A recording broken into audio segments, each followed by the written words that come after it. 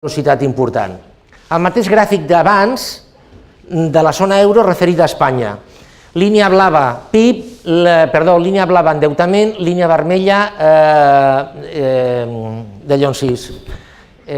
deute. És a dir, mirin que el pitjor és que aquí a Espanya la tendència del PIB és a baixar més que a la zona euro. El mateix, un PIB que ha crescut o que s'ha financiat a base d'endeutament. Anem molt ràpids, si volen després tornem. Aquí tenim l'afiliació a la Seguretat Social, ara hem vist l'atur. Abans hem vist l'atur, ara és l'afiliació a la Seguretat Social. Aquesta línia vermella, que surt aquí, no sé si es veu, és una línia, agafa l'any 2009 i part del 2010, és la vigència del Plan E. El Plan E va durar des del començament del 2009 a mitjans del 2010. Mirin el que passa, fins a l'any 2008 l'afiliació a la Seguretat Social puja i després s'enfonsa. És a dir, no hi ha, la tendència és clarament a la baixa, és a dir, no hi ha un canvi de tendència. Degut al Plan E, aquí hi ha una, o sigui, la velocitat de caiguda s'amortigua, però després, a la que s'interrompeix el Plan E, torna una altra vegada a caure. Hi ha experts que diuen que el nivell d'afiliació a la Seguretat Social dona més idea de la realitat de l'atur que no les pròpies estadístiques de l'atur. Per què? Perquè el que recull això és la gent que està afiliada a la Seguretat Social. Renda, consum i estalvi de les famílies, és a dir, em penso que està molt clar, no? Línia vermella, consum final, línia blava, renta disponible, les barres aquestes que no es veuen massa bé, estalvi. La tendència és clarament a la baixa, és a dir, cau, es recupera una mica i després caiguda. Han sentit parlar els polítics que diuen que la solució d'Espanya està en les exportacions, això els hi sona, no? Espanya el que ha de fer és exportar, Espanya en general, Catalunya en particular. Bé, mirin, aquí tenim línia blava, exportacions, línia vermella, importacions. Aquí estem ara. És a dir, és cert que les importacions estan caient, és absolutament cert, línia vermella, però fixin-se que les exportacions també estan caient. És veritat que cauen més ràpidament les importacions. Ara, amb aquest gràfic és impossible que les exportacions siguin una solució per a Espanya. Absolutament impossible. Per què? Perquè aquesta diferència no es pot reduir, degut a que, malgrat que les exportacions caiguin més ràpid, com resulta que les importacions també importem productes, béns, eines que necessitem per créixer, si les importacions cauen, això no es podrà, no hi haurà forma de contribuir al creixement. Ingressos, despeses i dèficit públic.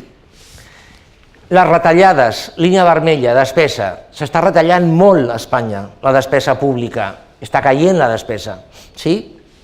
Però mirin, els ingressos estan estancats. El problema d'Espanya és que no creix, i com Espanya no creix, no genera ingressos via recaptació d'impostos. És cert que s'està retallant, i més que es retallarà, però si això no creix, aquesta diferència serà impossible que s'arribi a una convergència. La prova és, evidentment, ja ho veurem després, que el Fons Monetari Internacional ha sigut molt pessimista de cara a la reducció d'aquest dèficit. I això, clar, aquest dèficit influeix moltíssim amb la confiança que la inversió internacional té a Espanya. La producció industrial, ja veuen, la producció industrial, la tendència clarament cap avall. Petita recuperació, oscil·lació i ara una altra vegada cap avall. Bé, aquí tenim les previsions, això està publicat el 18 d'abril del 2012, això és l'informe de primavera del Fons Monetari Internacional. La línia vermella, no perdin de vista aquest 2% d'aquí a dalt, ara direm del què és això. Aquestes són les previsions de producte interior brut del Fons Monetari Internacional per a Espanya de l'any 2012 fins al 2017. De moment són les previsions a més llarg termini que s'ha fet d'Espanya. Espanya decreixerà aquest any un 1,83%, creixerà un 0,13 al 2013, és a dir, pràcticament res, i després 1,16, 1,65, 1,76, 1,84. Què vol dir aquest 2%? Espanya, per al model productiu que té, necessita créixer almenys un 2% per generar ocupació neta. Què vol dir generar ocupació neta? Generar ocupació neta significa absorbir l'increment de població activa que es vagi produint, més absorbir atur. Això és crear ocupació neta. Sí? Vale. Descomptant la gent que es vagi jubilant i morint, clar, evidentment. Bé, si Espanya no creix al 2%, Espanya no crea ocupació, és a dir, pot baixar alguna cosa la taxa d'atur, però no crea ocupació neta. Mirin, la taxa d'atur del Fons Monetari Internacional diu que acabarem el 2012 amb un 24% i no baixa el 2017 fins al 19%. I això, evidentment, tenint en compte que hi ha gent que deixarà de buscar feina, per descomptat. El dèficit públic comença amb un 6% i acaba amb un 4%.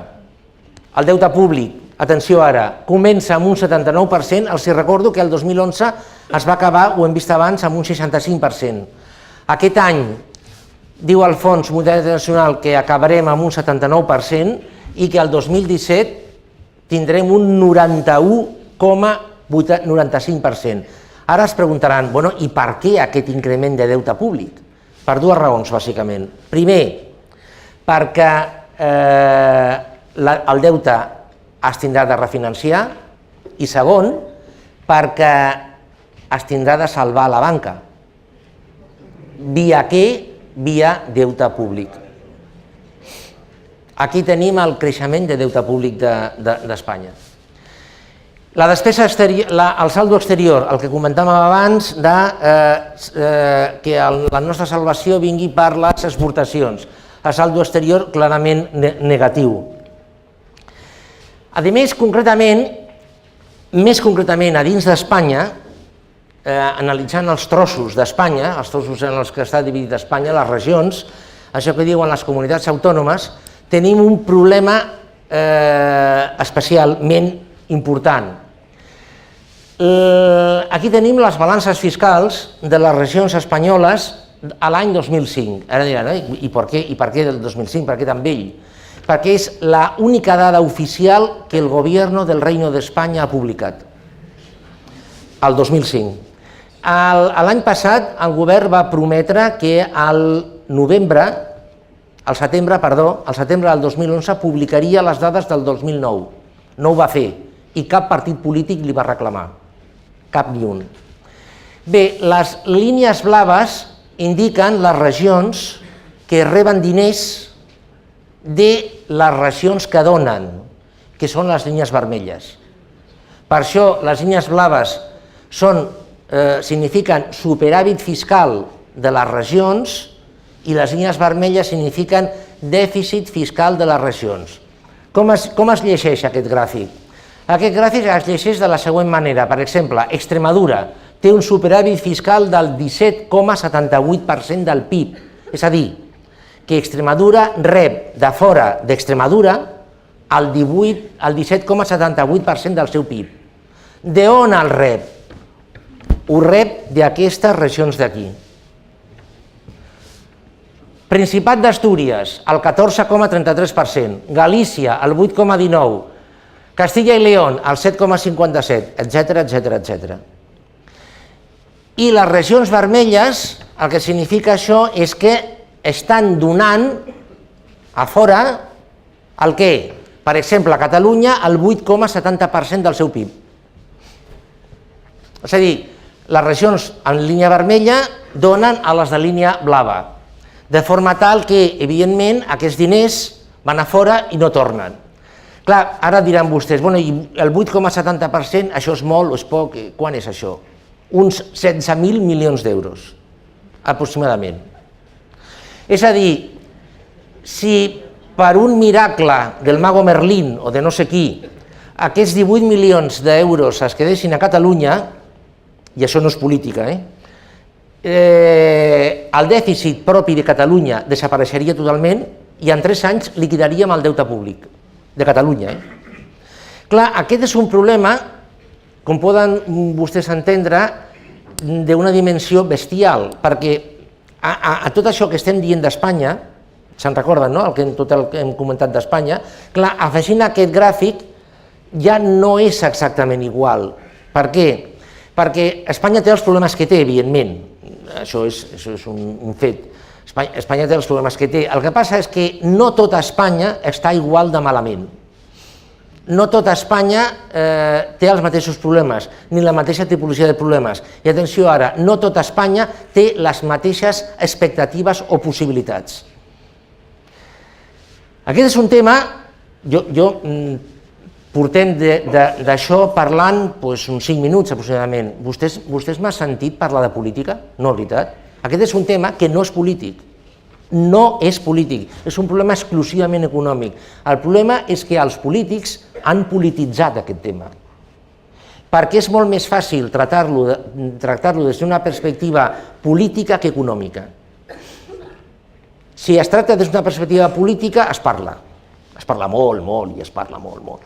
Si es tracta des d'una perspectiva econòmica, s'ha d'actuar. Llavors, clar, actuar té conseqüències.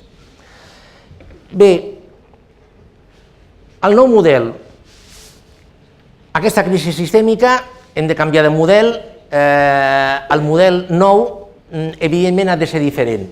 És impossible tornar a lo d'abans, perquè lo d'abans és el que ens ha portat a aquesta situació que tenim ara.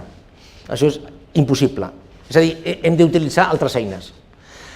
És a dir, aquesta crisi sistèmica ens ha de portar a alguna cosa que sigui realment nou. De la mateixa manera que la depressió dels anys 30 ens va portar a un model que era realment nou en relació al model que estava vigent entre 1875 aproximadament i 1929. Què vol dir això, lo nou? Evidentment, hem d'anar cap a un model en el que la productivitat i l'optimització sigui lo realment important. Per què? Perquè la despesa descontrolada de recursos no és sostenible. I aquí no hi ha cap missatge ecològic, per favor, no. És a dir, és un tema d'insostenibilitat. És a dir, hi ha una